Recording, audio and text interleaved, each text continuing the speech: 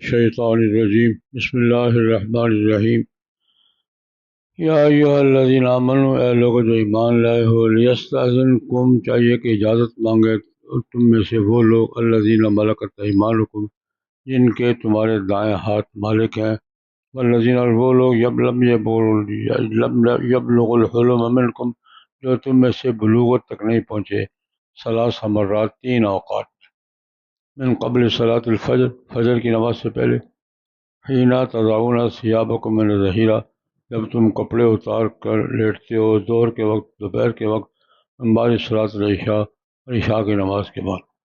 صلاۃ عورات لکم، یہ تین اوقات تمہارے لیے پردے کے اوقات ہیں۔ لیس علیکم جناح، لیس علیکم ولا علیہم، نہ ان پر کوئی حرج ہے اس کے بعد۔ طوافون علیکم، گھومنے پھرنے والے ہو تم، گھومنے پھرنے والے ہیں تم پر، بعضکم بالا بعض پر۔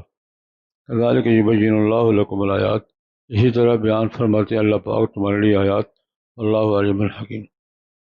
وَإِذَا بَلَغَ الْأَطْفَالُ مِنْكُمُ الْحُلُمَ، اور جب بچے تم میں سے پہنچ جائیں بلوغت کو، فَلْيَسْتَأْذِنُوا، پس وہ بھی اجازت مانگے، كَمَا اسْتَأْذَنَ الَّذِينَ مِنْ قَبْلِهِمْ، جیسے اجازت مانگتی تھی ان سے پہلے جو پہلے ذکر ہوا ہے۔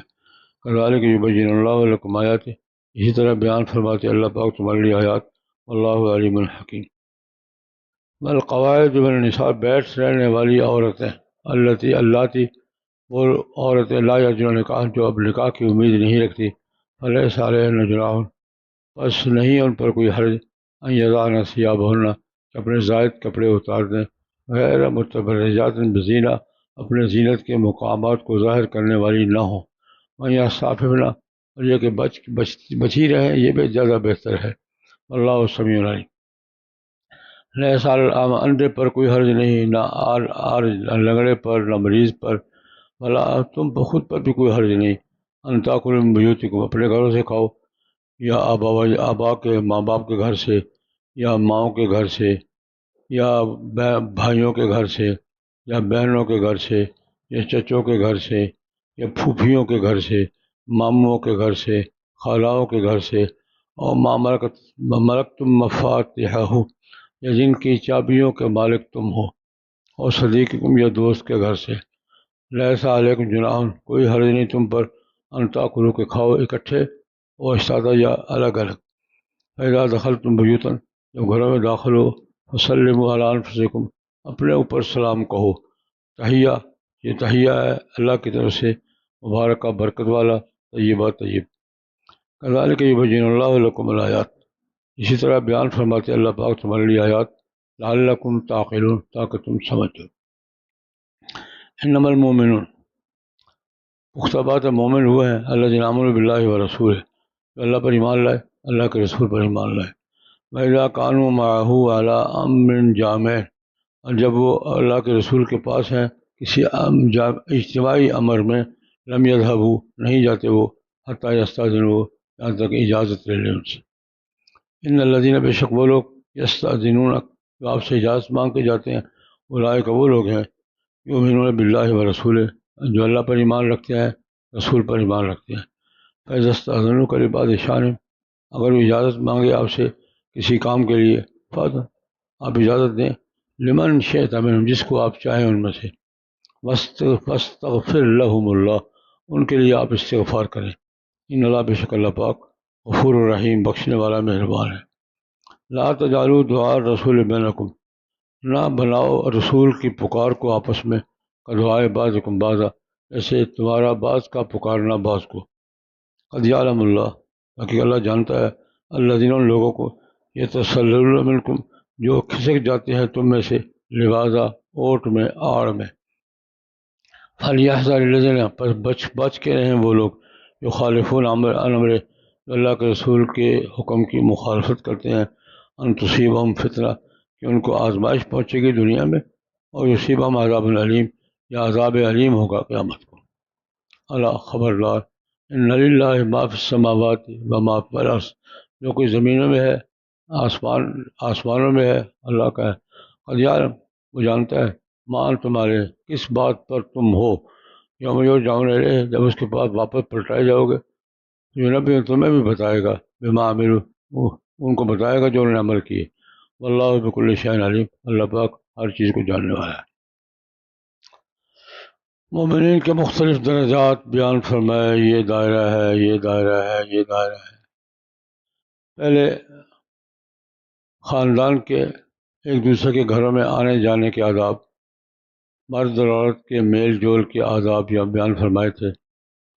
اب پھر معاشرتی آداب ہیں، لیکن اس میں اپنے گھر کے اندر کے آداب۔ ایک آداب ہے لا تدخلوا بیوتا غیر بیوتکم، دوسروں کے گھروں میں آنے جانے کے آداب۔ اپنے ہی گھر کے اندر بھی آداب ہیں۔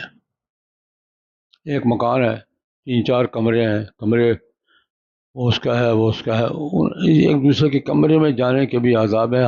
ہر وقت اٹھا کر نہ گھس جاؤ۔ گھر کے 4 دیواری کے اندر مختلف کمروں میں رہنے والوں کے آپس کے آداب بیان فرمائے۔ فرمایا ایمان والو، تمہارے نوکر چاکر گھر میں رہتے ہیں، غلام ہیں یا نوکر ہیں، آج کل ملازم ہیں، اور بچے جو بلوغت کو نہیں پہنچے، یہ بھی ایک دوسرے کے کمرے میں جانے سے پہلے اجازت مانگے گئے۔ کمرے کے اندر بس کس کیفیت پہ بیٹھے ہیں، یا اچانک دروازہ کھولیں گے کام خراب ہوگا۔ اپنے گھر کے اندر دوسرے کے کمرے میں جانے سے پہلے اجازت مانگے تاکہ وہ سمجھ جائے۔ اور بالخصوص نوکر چاکر اور چھوٹے بچے، نوکر چاکر تو ہر وقت آنا جانا ان کی ضرورت ہوتی ہے، اور بچوں کو ان کو کھیلنا کودنا ہوتا ہے، تو یہ دو بالخصوص ایسے گھر کے سارے افراد کے لیے یہ آداب ہیں کہ ایک دوسرے کے کمرے میں جانے سے پہلے اطلاع کریں کہ کوئی آ رہا ہے۔ والذین لم یبلغوا الحلم منکم، وہ بچے جو بلوغت کی عمر کو نہیں پہنچے۔ آج کل اس کا معنی یہ کریں گے وہ بچے جو موبائل سے متعارف نہیں ہوئے۔ جس بچے کے ہاتھ میں موبائل ہے وہ کسی چیز سے غافل نہیں، وہ بڑوں سے زیادہ جانتا ہے کہ کیا ہوتا ہے کیا۔ وہ لوگ بچوں کو پتہ نہیں ہوتا، نہیں ہوتا تھا، اب ان کو زیادہ پتہ ہوتا ہے۔ اور یہ تو 3 اوقات، 7 مرات کا معنی یہ ہے کہ 3 اوقات ایسے ہیں جب آدمی بالخصوص میاں بیوی آپس میں بے تکلف ہوتے ہیں، ان اوقات میں گھر کے افراد بھی کمرے میں نہ جائیں۔ کون سے اوقات ہیں؟ نماز فجر سے پہلے، گہری نیند کا وقت ہوتا ہے۔ دوپہر میں جب قیلولہ کے لیے کپڑے اتارتے ہو، زائد کپڑے اتارتے ہو، اور عشاء کے بعد کا وقت، سحری کا وقت، دوپہر کا وقت، یہ عام طور پہ میل جول کے اوقات ہوتے ہیں۔ ان اوقات میں ایک دوسرے کے کمرے میں جاؤ، یہ گھر کے آداب ہے۔ من قبل صلاۃ الفجر، نماز فجر سے پہلے، حین تضعون ثیابکم من الظہیرہ، جب جو دوپہر کے وقت جب تم کپڑے اتار کے آرام کرتے ہو، بعد صلاۃ العشاء، ثلاث عورات لکم، یہ 3 اوقات تمہارے لیے پردے کے اوقات۔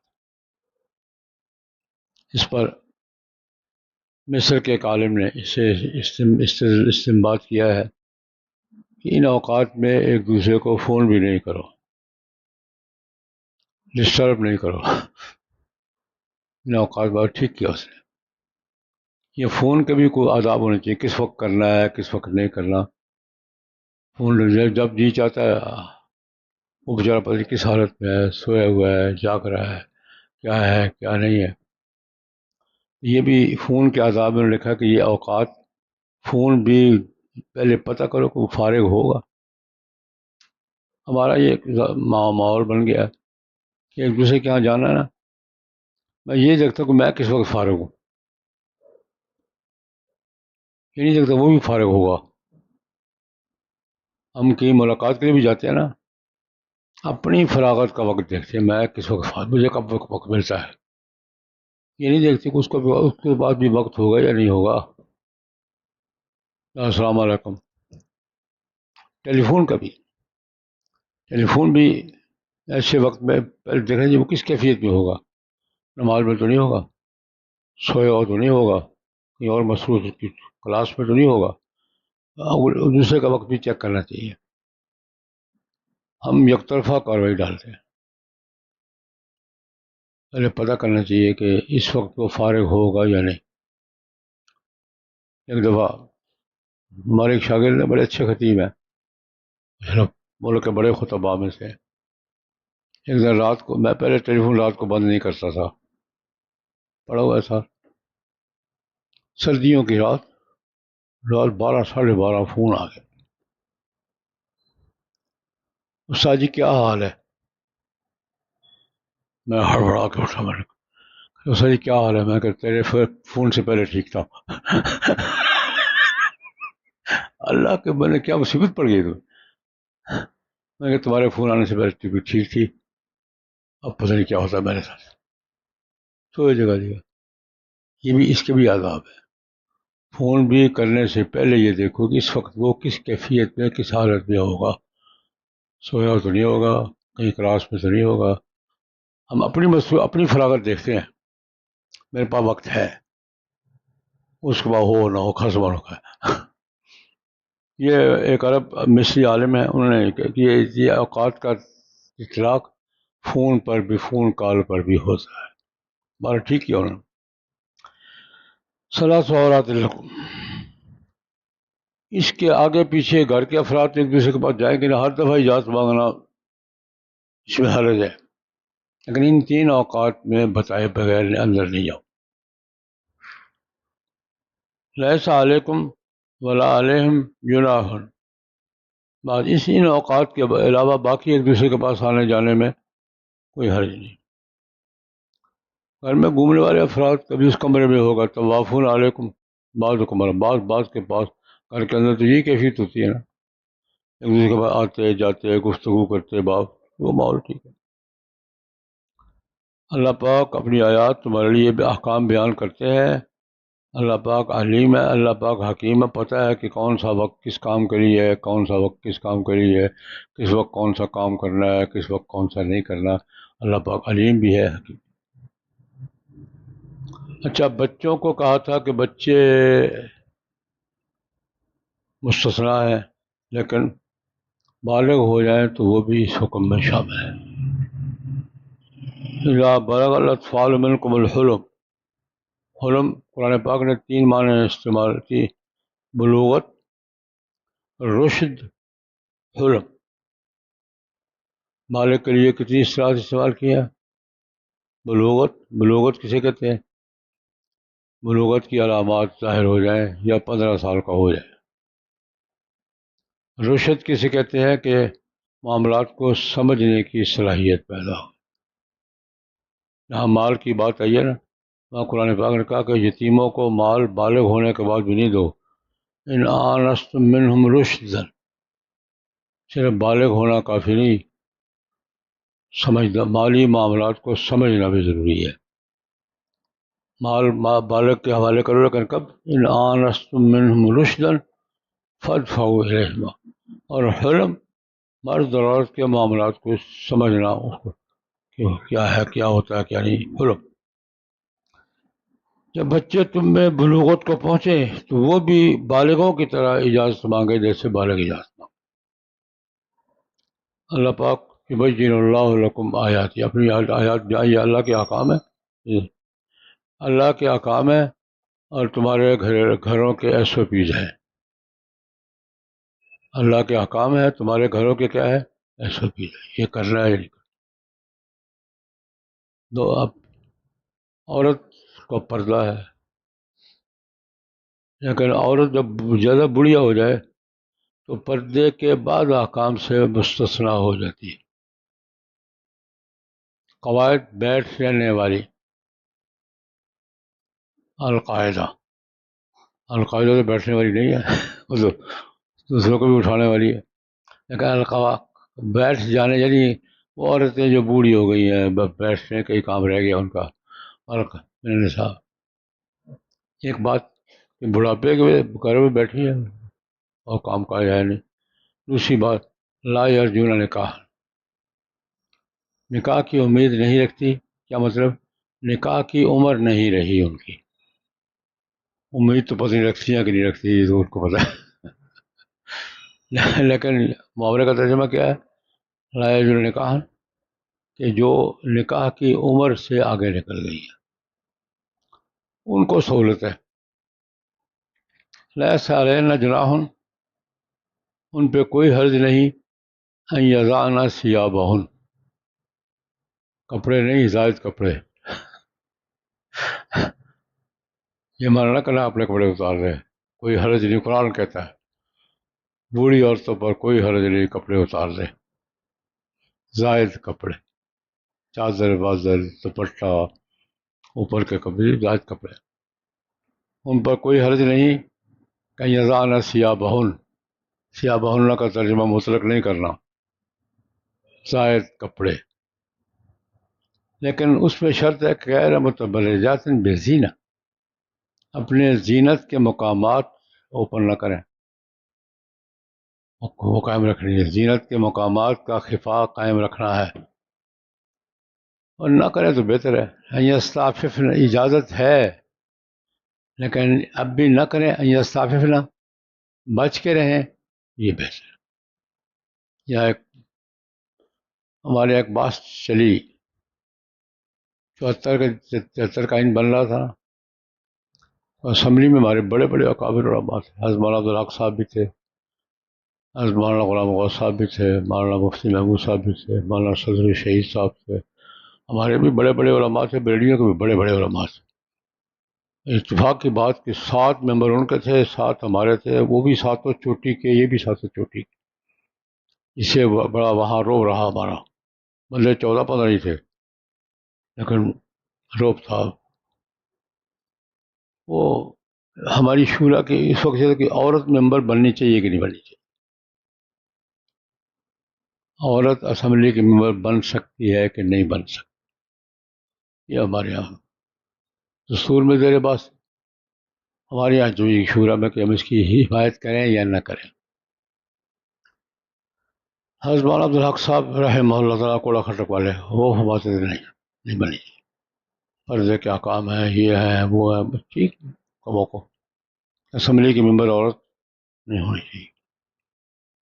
مولانا مفتی محمود صاحب کا موقع یہ تھا کہ کوئی ممبر بن سکتی ہے. مناظرہ چل رہا ہے، ہم بیٹھے ہیں تماشا دیکھ رہے ہیں، تو شیخ العزیز ٹکرائے آپ. وہ بھی بڑے محدث تھے، وہ بھی بڑے محدث تھے. مفتی صاحب نے حضرت مولانا عبدالحق صاحب سے سوال کیا، حضرت آپ کو اشکال کس بات پر ہے؟ عورت رائے نہیں دے سکتی اس پر؟ نہیں، رائے تو دے سکتی ہے. رائے دینے والے عورت رائے دے سکتی ہے، عورتیں مسئلے پہ رائے دیتی ہیں، کرتی ہیں. آپ کو رائے پر اعتراض ہے؟ نہیں. کس بات پر؟ یہ جو مل جل کے بیٹھنا ہے نا، یہ ٹھیک نہیں ہے. بات ٹھیک نہیں ہے. اختلاط، اس نے کہا کہ قرآن پاک نے ایک مقام پر آ کر کچھ پردے کی پابندیاں نرم کی ہیں. والقواعد من النساء اللاتي لا يرجون نکاحا، جو نکاح کی عمر سے گزر چکی ہیں وہ زائد کپڑے اتار دیں، وہ بات نہیں. اگر عمر کی قید مقرر کر لی جائے کہ 45 سال سے زائد کی عورت وہ القواعد میں ہے یا نہیں ہے، رائے کی اب آزادی تو آپ بھی تسلیم کر رہے ہیں، اور القواعد کے لیے پردے کی نرمیاں قرآن بھی دے رہا ہے. تو اگر یہ شرط لگا دیں کہ 45 سال سے زیادہ عمر کی عورت، اور وہاں اسمبلی میں سیٹیں الگ الگ کر دیں، عمر کی قید مقرر کر دیں، اور اسمبلی میں عورتوں کی سیٹیں الگ ہوں، مردوں کی الگ ہوں، تو آپ کو کیا اشکال ہے؟ حضرت مولانا خاموش. آپ کی سمجھ میں بات آئی ہے کہ نہیں آئی؟ کہ یہ پابندی کوئی گنجائش قرآن نے دی ہے، یہ عمر کی قید لگا کے کر رہے ہیں، اور رائے تو اس کا حق ہے، ویسے رائے تو دے سکتی ہے۔ اس پر پھر جمیعت علماء اسلام کی شورا نے فیصلہ کیا کہ شرائط کے ساتھ عورت ممبر اسمبلی بن سکتی ہے۔ ہماری بھی اسمبلی کے ممبر رہی ہیں، اب بھی ہیں، منسٹر بن سکتی ہے کہ نہیں بن سکتی، لمبا جھگڑا ہے۔ لیکن بہرحال قواعد کا مطلب میں صرف قواعد کا مطلب سمجھا رہا ہوں کہ عمر کی وہ حد جس میں آج آ کر پردے کی پابندیاں کیا ہو جاتی ہیں، نرم ہو جاتی ہیں، اور کون کر رہا ہے؟ قرآن کر رہا ہے۔ اور قواعد من النساء اللاتي لا يجوزن، قرآن پاک تو کپڑے اتارنے کی اجازت دے رہا ہے کپڑے نہیں، زائد کپڑے، چادر بادل دوپٹہ وپٹہ اتار، شرط کے ساتھ غیر متبرجات بزینہ، اپنے زینت کے مقامات کو ظاہر نہ کریں۔ یہ اجازت ہے، ان یستعففن، بچ کے رہیں زیادہ بہتر ہے۔ یا اولا پہلو کیا ہے؟ ان یستعففن، بچی رہے زیادہ بہتر۔ اگلی بات، اب ایک دوسرے کے آنا جانا تو کھانا پینا بھی کوئی حرج نہیں یار، نئے سال، اب کھانے پینے کے آداب کے آپ اپنے گھر میں کھائیں، لیکن اگر کسی رشتہ دار کے گھر میں ہے، کھانے کا وقت آ گیا ہے، کھا لیں، اس صورت میں ہے۔ یہ نہیں ہے کہ چچا کے گھر میں ہے، کھانے کا وقت آ گیا، کوئی حرج نہیں، کھاؤ۔ یہ نہیں کہ چچا کے گھر کھانے کے لیے جانا ہے، یہ نہیں، یہ تو سارا کھاتا کھل جائے گا۔ اندھے پر حرج نہیں ہے، اور تم سب کسی پر بھی حرج نہیں ہے، مریض پر بھی نہیں ہے، رنگلے معذور پر بھی نہیں ہے۔ لا علی انفسکم، کھانے پینے میں کوئی حرج نہیں ہے، ان تاکلوا، اپنے گھروں سے کھاؤ، یا بیٹا الگ ہو گیا لیکن باپ کے گھر میں گیا تو کھانا کھائے، ماں کے گھر میں گیا تو کھائے، بہنوں کے گھر میں، بھائیوں کے گھر میں، چچا پھوپھی ماموں خالہ، لیکن باری مقرر کر کے نہیں، آج خالہ کیا کھانا ہے، آج پھوپھی کیا کھانا ہے، آج چاچا کیا کھانا ہے، آج بھتیجے کیا کھانا، نہیں نہیں، یہ نہیں، اتفاق ایسا ہو گیا ہے، کھا لو۔ اچھا، اسی طرح او ما ملکتم مفاتحہ، جس کی چابیوں کے تم مالک ہو، کیا مطلب؟ تم نوکر چاکر، جو گھر کے نظام، مینیجر، تمہارے معاملات کو جو کنٹرول والے ملازم ہیں، گھروں میں رہتے ہیں، تمہاری چابیاں شابیاں ان کے پاس ہیں، یا تم ملازم ہو کسی کے گھر میں رہتے ہو، ٹھیک ہے، کھاؤ۔ اور دوست کے گھر میں بھی، اللہ خیر دوستوں کی خیر کرے، کسی دوست کے گھر میں گئے ہو تو وہاں بھی کھا لو۔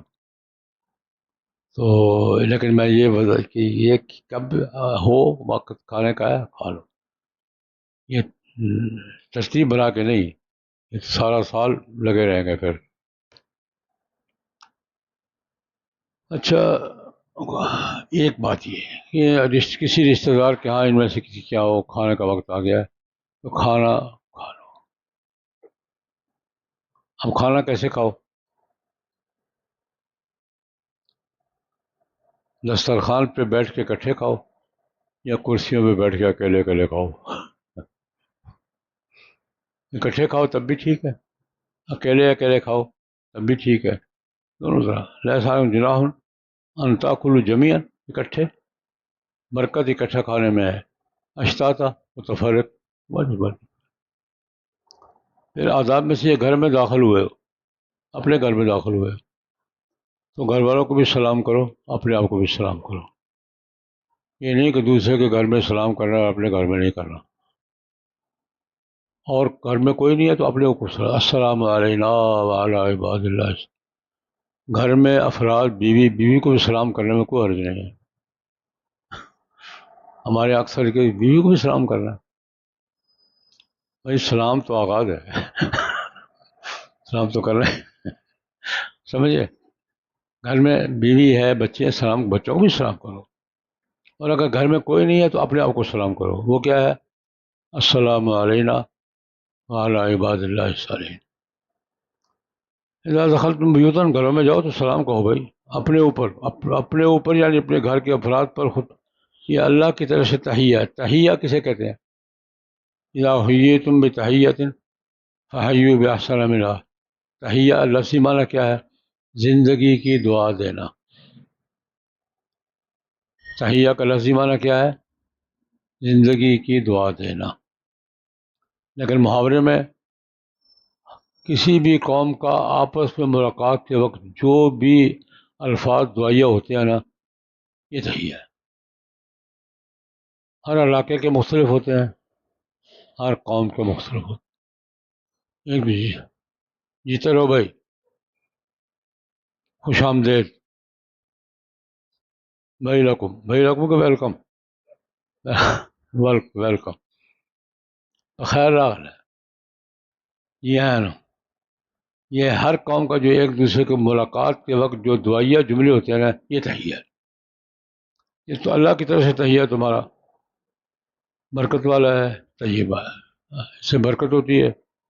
اور اسی طرح اللہ تبارک و تعالیٰ تمہارے لیے آیات بیان کرتے ہیں لعلکم تعقلون، تاکہ تم سمجھ سکو۔ اچھا، اب ایک اور بات، مجلسی آداب۔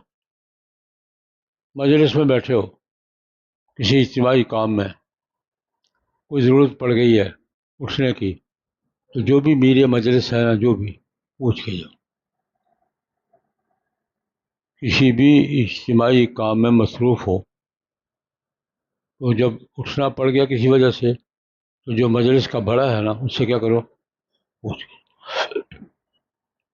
نمبر مومنون، مومن کون ہے؟ الذین آمنوا باللہ ورسولہ، پہلی بات۔ اور مومن کی علامت یہ ہے اذا کانوا معہ علی امر جامع، اگر رسول اللہ صلی اللہ علیہ وسلم کے ساتھ کسی امر جامع اجتماعی کام میں بیٹھے، مشورہ ہے، کوئی کلاس ہے، کوئی سبق ہے، لم یذهبوا حتی یستأذنوا، اجتماعی کام سے اجازت کے بغیر نہیں اٹھتے۔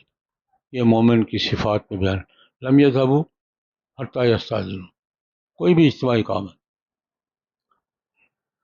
ہمیں منافق ویسے کھسک جاتے تھے، مومن اجازت سے، وہ فرق بیان کیا ہے۔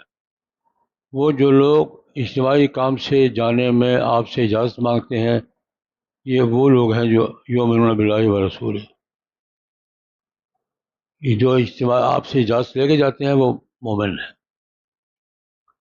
ادھر یہ کہا کہ اجازت لے کے جاؤ، ادھر یہ کہا کہ اجازت مانگے تو دے دو۔ وہ اجازت مانگ کے جائیں اور آپ کیا کریں؟ ان الذین اذا استأذنوک لبعض شأنہم، اگر کسی نے کسی کام کے لیے اجازت مانگی ہے، فاضل، آپ اجازت دیں، لیکن لمن شاء، اب بھی اختیار آپ کے ہاتھ میں ہے، اجازت دیں لیکن آپ بہتر اجازت دیں، کوئی پیشاب کے لیے، کوئی پخانے کے لیے، کوئی مسئلے۔ اور اگر کوئی غلطی ہوگی تو استغفار ان کے لیے، اللہ اکبر کبیرہ، ان کے لیے استغفار کریں۔ کون کرے؟ آپ کریں۔ واستغفر لہم، اللہ پاک سے آپ ان کے لیے استغفار، آپ استغفار کریں گے تو اللہ پاک غفور الرحیم۔ ایک بات اور، عام مجلس کے آداب اور ہیں اور رسول اللہ صلی اللہ علیہ وسلم کی مجلس کے آداب مختلف۔ حضور کے آداب کو اپنے آداب جیسا نہیں سمجھ۔ لا تجعلوا دعاء الرسول بینکم، رسول کو پکارنا آپس میں، یا تین معنی کرتے ہیں۔ رسول اللہ کو اس طرح نہ پکارو جس طرح ایک دوسرے کو پکارتے ہو، جس طرح بے تکلفی میں ایک دوسرے کو پکارتے ہو، اس طرح نہیں پکارو۔ ایک معنی یہ کرتے ہیں، ایک معنی یہ کرتے ہیں کہ رسول اللہ نے بلایا ہے تو رسول اللہ کے بلانے کو آپس کا بلانا مت سمجھو، رسول نے بلایا ہے۔ حضور کو بلانا ہے تو ادب کے ساتھ، احترام کے ساتھ، نام لے کے نہیں، احترام کے ساتھ بلاؤ۔ حضور نے بلایا ہے تو یہ نہ سمجھو کسی دوست نے بلایا ہے، رسول اللہ نے بلایا ہے، ان کا بلانا۔ اور تیسری بات، حضور کی دعا پہلے کر، استغفر لہم اللہ، حضور کی دعا تمہارے والی دعا نہیں ہے، وہ کسی کے لیے دعا کر دیں اس کا دائرہ اور ہے۔ یہ تینوں معنی کی ہے مفسرین نے۔ رسول کی دعا کو آپس میں بعض کی دعا کو نہیں سمجھو. حضور نے بلایا ہے. ایک دفعہ ایک آدمی نماز پڑھ رہا تھا، حضور نے آواز دی، وہ نہیں آیا. تھوڑی دیر کے بعد آیا، ایسا میں نماز پڑھ رہا تھا، میں نے بلایا تھا.